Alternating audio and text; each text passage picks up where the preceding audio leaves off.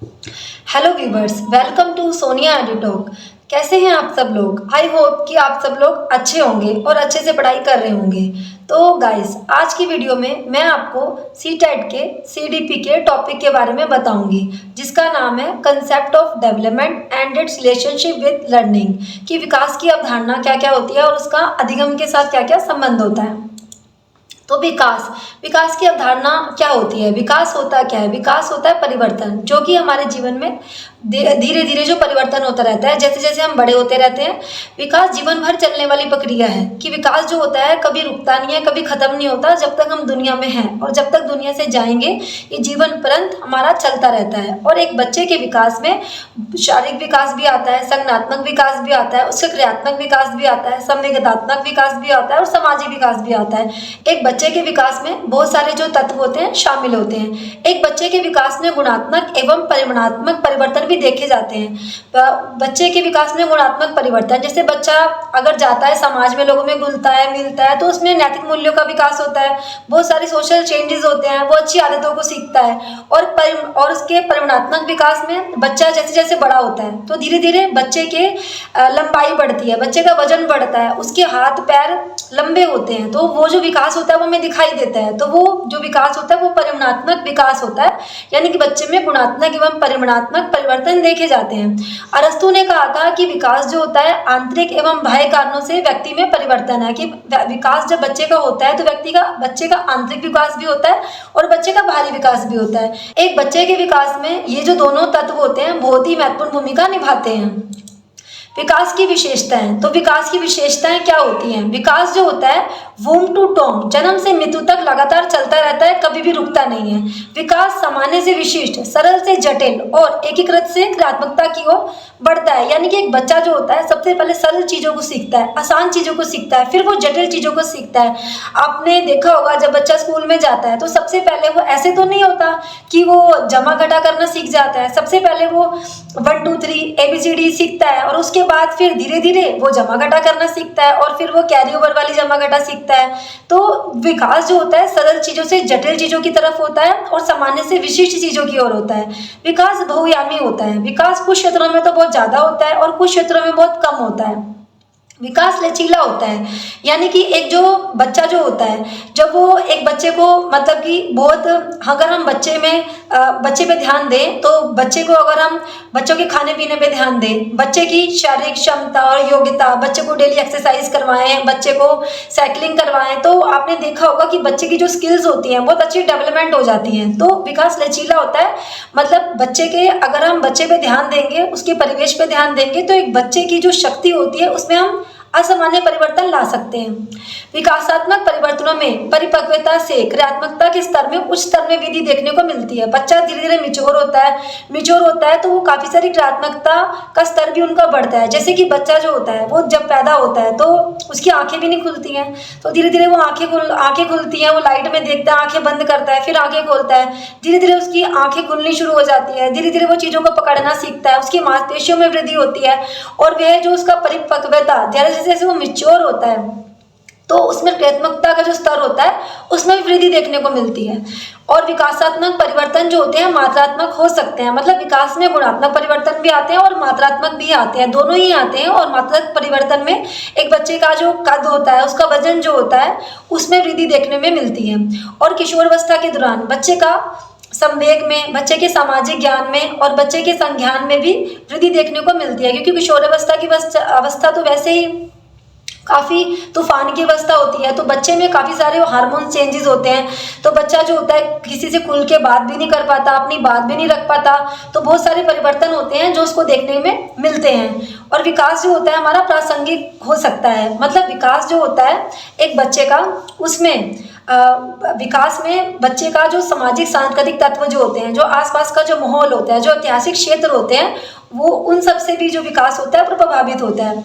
और विकासात्मक परिवर्तनों की जो दर होती है और जो गति होती है उसमें भी व्यक्तिगत अंतर हो सकते हैं। जैसे कि एक बच्चा जो होता है उसका जो कुछ बच्चे होते हैं उनका विकास बहुत जल्दी हो जाता है, वो देखने में बहुत, अगर वो 4 साल की एज के होंगे तो वो लगेगा जैसे 5 साल की एज होते हैं।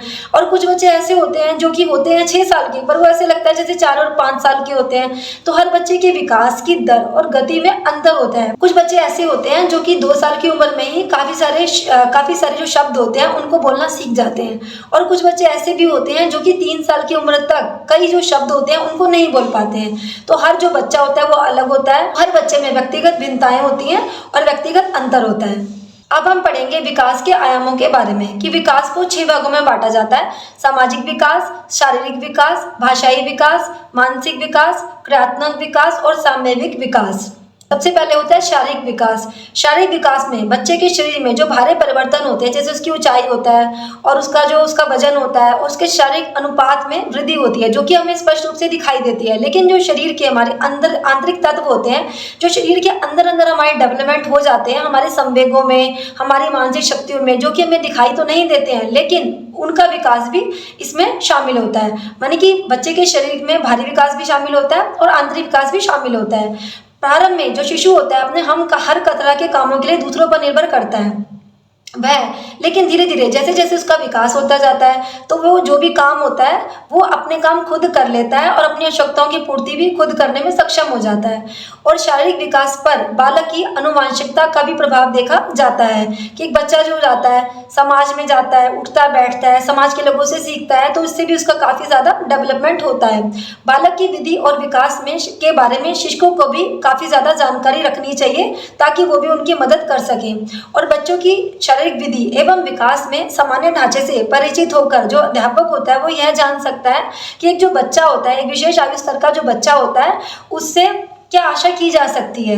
कि अगर बच्चा नर्सरी क्लास में पढ़ रहा है, केजी में पढ़ रहा है, या बच्चे का 1st to 5th लेवल है या 6th to 8th लेवल है, जैसे कि हमारा सीटेट में है, तो बच्चा का जो 1st to 5th क्लास का बच्चा होगा उससे क्या आशा की जा सकती है और 6th to 8th क्लास तक के बच्चे की क्या आशा की जा सकती है कि बच्चे के जो सेंसेस होते हैं कितने डेवलप हो जाते हैं और बच्चा जो होता है कितना अपनी गतिविधियों से सीख सकता है। फिर हम पढ़ेंगे मानसिक विकास के बारे में।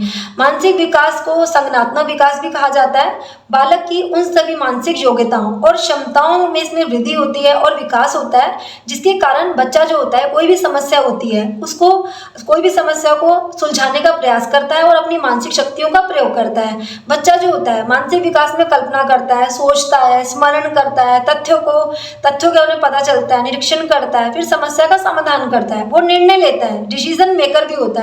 ये सारी योग्यताएं जो होती हैं संज्ञानात्मक और मानसिक विकास के फलस्वरूप भी विकसित होती हैं। और जन्म के समय बालकों में इस तरह की योग्यता का अभाव होता है, लेकिन जैसे जैसे एक बच्चे की आयु बढ़ती है तो धीरे धीरे उसकी मानसिक शक्तियों की गति भी बढ़ जाती है। संज्ञानात्मक विकास के बारे में शिक्षकों को भी प्राप्त जानकारी रखनी चाहिए, क्योंकि अगर शिक्षक इसके बारे में जानकारी रखेंगे तो वो बालक की जो समस्या होंगी उनका समाधान करने में उनकी मदद भी करेंगे।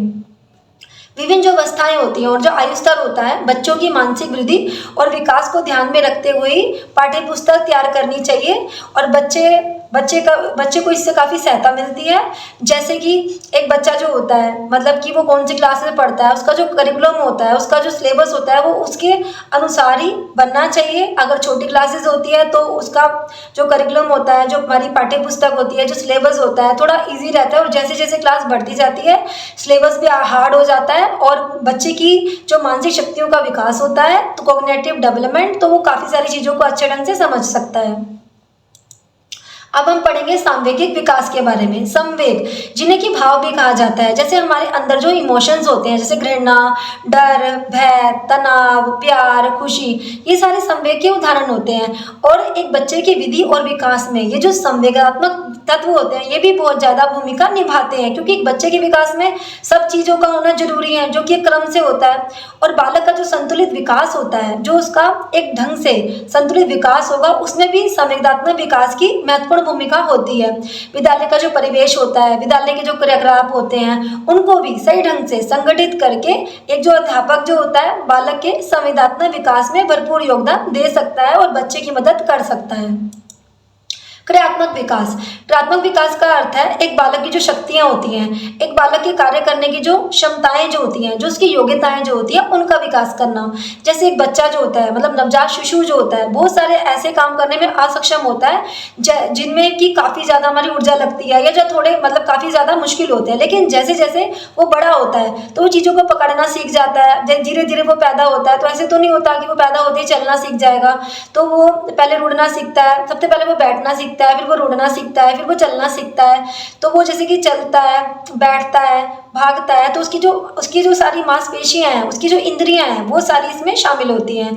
और बालक को धीरे धीरे वो अपना काम स्वयं करता है, तो उसमें एक आत्मविश्वास भी आता है, आत्मविश्वास का गुण भी उसमें शामिल होता है। क्रियात्मक विकास के स्वरूप एवं उसकी प्रक्रिया का ज्ञान होना भी शिक्षकों के लिए बहुत ज़्यादा जरूरी होता है। जिन बालकों का जो क्रियात्मक विकास जो होता है सामान्य से कम होता है, तो उनको जो विद्यालय में समायोजन एवं विकास हेतु विशेष कार्य करने की आवश्यकता होती है। कुछ बच्चे ऐसे होते हैं जो चीज़ों को जल्दी नहीं सीख पाते हैं, नहीं समझ पाते हैं, जिनमें कोई मानसिक दिक्कत होती है, तो उन बच्चों को उसी माहौल में सही ढंग से समझाना और उन्हें आगे लेके जाना एक शिक्षक की बहुत बड़ी जिम्मेदारी होती है, जो कि उनको सही ढंग से पूरी करनी चाहिए।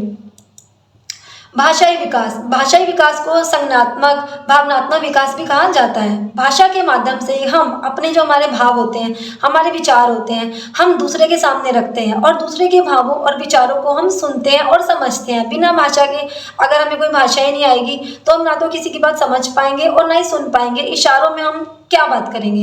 एक बच्चा जो होता है 6 माह से 1 वर्ष के भीतर कुछ शब्दों को समझने लगता है और कुछ शब्दों को बोलने भी लगता है। जैसे कोई भी वो शब्द सुनता है तो वो रिएक्शन करता है तुरंत उस चीज़ को, उसको उसके कानों में वो साउंड पड़ती है तो वो उस चीज़ से तुरंत वो चीज़ को सुनता है और वो धीरे धीरे उसकी नकल करने लगता है। 3 वर्ष की अवस्था में बच्चा जो होता है कुछ छोटे छोटे वाक्यों को बोलने लगता है और 15 से 16 साल की अवस्था में कुछ शब्दों की समझ भी जो होती है ना, उसमें विकसित हो जाती है। ये जो भाषाई विकास होता है इसका एक क्रमिक विकास होता है, एक क्रम में चलता है। इसके माध्यम से कौशल में वृद्धि होती है। जैसे एक बच्चा जो जाता है, जब स्कूल में जाता है, पढ़ने जाता है, तो सबसे पहले वो स्वर और व्यंजन सीखता है, क ख ग आ से आ तक। तो ऐसे तो नहीं होता, स्कूल में जाते ही वो कुछ भी ऐसे शब्द होते हैं जिन्हें वो मतलब पढ़ना या लिखना सीख जाता है। तो धीरे धीरे वो स्वर और व्यंजनों से सीखता है, क ख ग से सीखता है और धीरे धीरे वो भाषाई उस क्षमता उसके अंदर विकसित हो जाती है और उसका विकास होता है। सामाजिक विकास। सामाजिक विकास का अर्थ होता है कि समाज के अंदर रह के, समाज के लोगों में मिलजुल के, घुल मिल के बहुत सारी चीज़ें सीखना।